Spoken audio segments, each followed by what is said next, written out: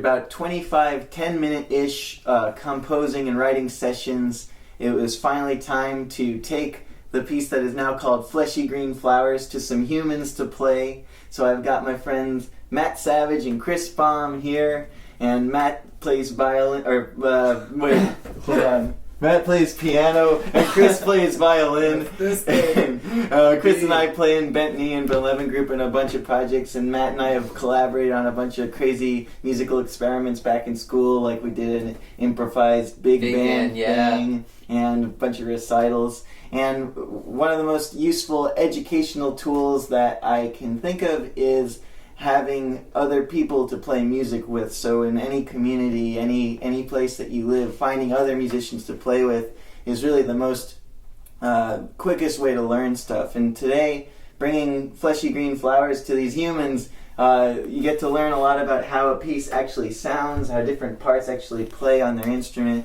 and all kinds of cool things. So when you guys were learning the piece, did you find any parts of it to be kind of awkward or weird? Because when you're writing, it's easy to, when you start writing for violin or piano, it's easy to accidentally write things that are impossible or just kind of funky. Can you think of anything in the score that was like not ideal? Yeah, well, it's interesting because we play so much music together that I think you've started to kind of write your violin parts based on your experience of me playing your violin parts, and vice versa. I think I interpret your parts a little easier just because I've looked at your scores for so long. But let's see, the only thing that really came to mind, there's a double stop. You have the score posted, right? Yeah. So there's a triple stop at the fourth beat of measure 20 that is pretty much, my fingers just aren't large enough to span this. What does it look like if you try it? So it's a B,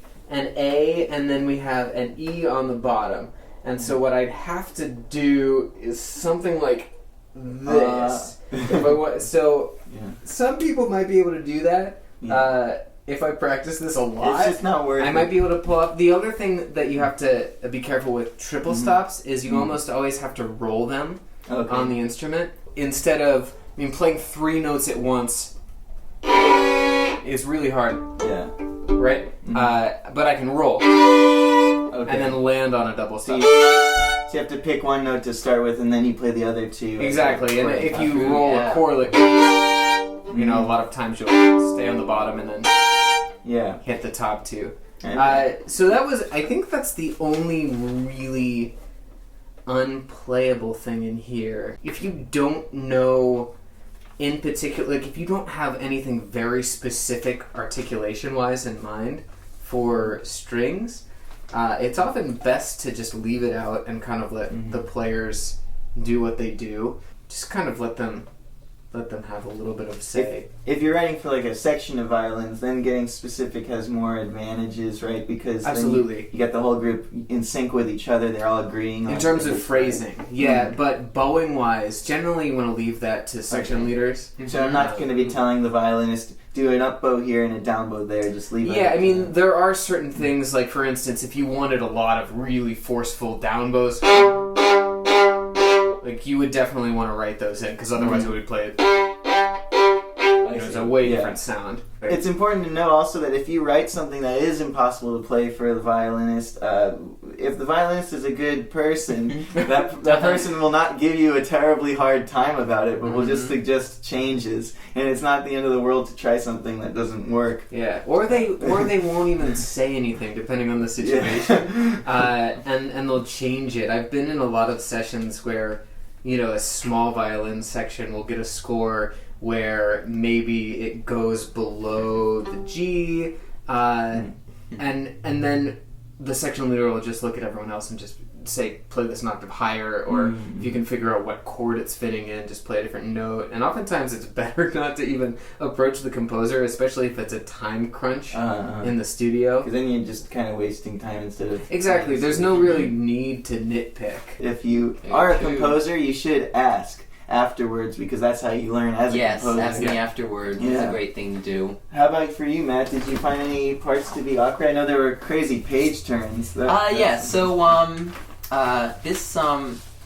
piece, it's the piano part is 6 pages. And that's a pretty normal length for a two-handed piece like this that's very intricate. There aren't any repeated sections, and usually the way pianists play a piece like this is that they stack the pages in a certain way. And I found that the even-numbered pages were good page-turning spots, so that was fine. In general, I thought the dynamics were kind of well-written. There were a couple of little smush things with the computer program, but that was pretty easy to read. The only thing that I did notice was this was an accident. This one little 5/4 bar. So this is measured. There's a quarter rest here at the end that got smushed into here. So it looks like a 4/4 bar if you just read the right hand. Decca decca 2, 3, 4, but it's 5 beats. So that was just a minor glitch. It's good to check your score before you give it to the pianist to make sure it's readable.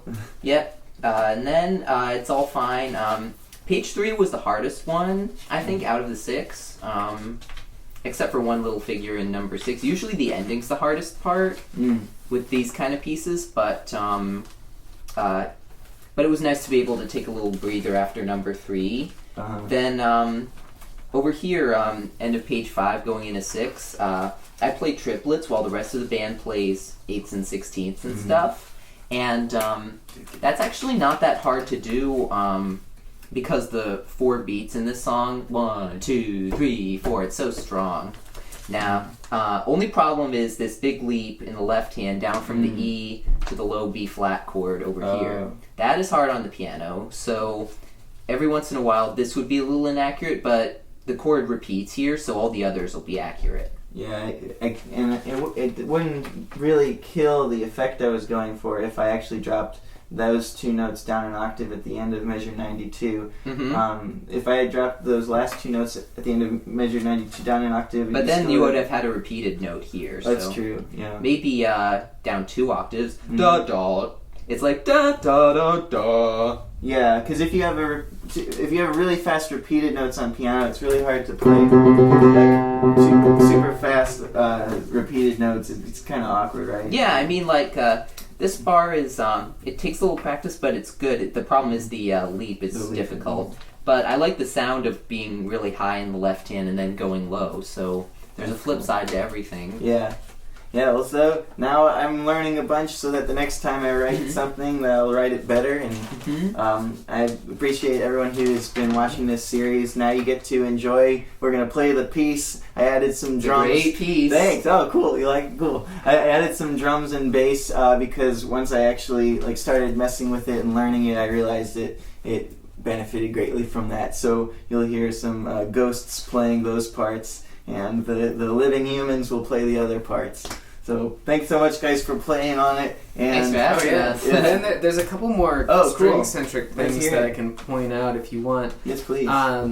One thing to be aware of when you're going from pizzicato to arco or vice versa is to wow. Yeah, sometimes it takes just a moment to make that switch. So whenever is feasible, if you can make sure there's enough time between arco and pizzicato, you'll have a much cleaner transition. And the other thing, bar 79, leaps across strings when they're played by the same finger, which is not an easy thing to figure out if you don't play a string instrument. But this is, let's see, we're playing a B flat below middle C, and then we're hopping up to a C above middle C in the staff, and those are both played by the second finger, in first position anyway, and they're both in the same position. One's on the G string, one's on the A string, and when that blasts by that fast, it's really hard to make this jump because you can't bar things on the violin. So when you're switching over a string, you have to skip by the D string. It's just a really hard thing to pull off cleanly. So that's something to be aware of. If it was B flat and something like D, that's a bit easier to do because I can already have another finger there. I see. So I have to have a better visualization in my head of what the fingering's actually going to be like on the violin when I'm writing a thing like this, to first of all know, okay, this is going to cause a string skip to know which string he's likely to skip to, and to know if that's going to be the same finger. So you can get really deep with how all the much technical you can stuff. Yeah, and it really helps. Like the deeper you go, the more stuff you can write. So if you hear like Stravinsky with the Rite of Spring and all these like amazing classic works, these composers know so much about the instruments they're writing for that they can stretch them to their limits and get these insane sounds. I hope that you enjoyed that and that we all learned today. Oh yeah. Now let's go have a pizza party. Pizza! Yeah!